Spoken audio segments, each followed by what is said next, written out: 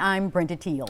I'm Jeff Blindfloor. Appreciate you being with us. And tonight, an update on a former KTBS3 employee.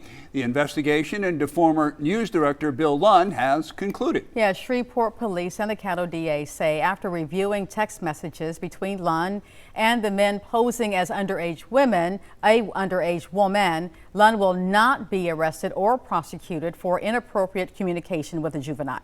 KTBS3's Madison Edwards is here to explain what Shreveport police determined after their probe into Lunn's cell phone information. So Madison, what did they find? Well, Jeff, Brenda, a forensic investigation into Bill Lunn's cell phone shows text messages sent to him had been altered, making it appear as if he was texting an underage female. Former KTBS News Director Bill Lunn will not be arrested or prosecuted following an investigation by Shreveport police, who said there is no evidence of improper communication with a juvenile. Our investigators that worked with our Vice unit took all the information that was gathered in that case, including the digital evidence, and they determined at this point in time that no criminal action had occurred. So that case was forwarded over to the Caddo Parish District Attorney's Office for them to make the final decision. But at this point in time, the Shreveport Police Department does not have any intent on arresting or charging Bill Lunn with any offenses.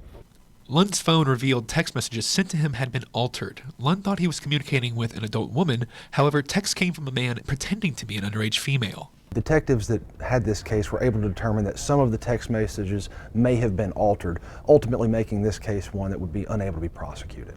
The investigation started in May when Lunn said he was a victim of assault and attempted theft at a Shreveport house.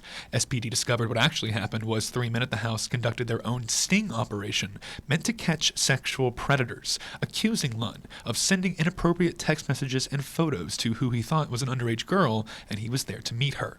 Detectives determined Lunn did not have criminal intent. Mr. Lunn did not do anything that was criminal in nature, and his intentions were not to do anything criminal.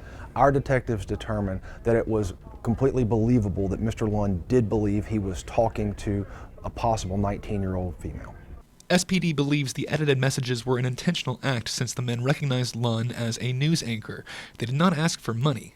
2 weeks later, 2 of the men were arrested for allegedly assaulting another man they thought to be a pedophile after conducting a similar sting. Lunn's messages are being used as evidence in that case. Lunn's attorney sent this statement saying, "I am relieved that the actual investigation brought out the truth of our position, which is that Mr. Lunn did not commit any crime whatsoever. We will explore and seek all available legal avenues to hold the real perpetrators of this setup accountable.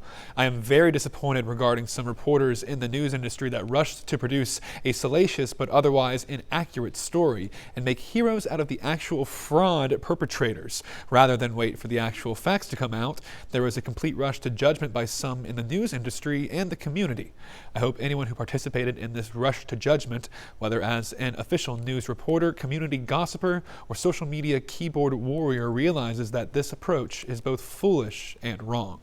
Jeff and Brenda, back to you. All right, thank you, Madison. Now let's go to Patrick.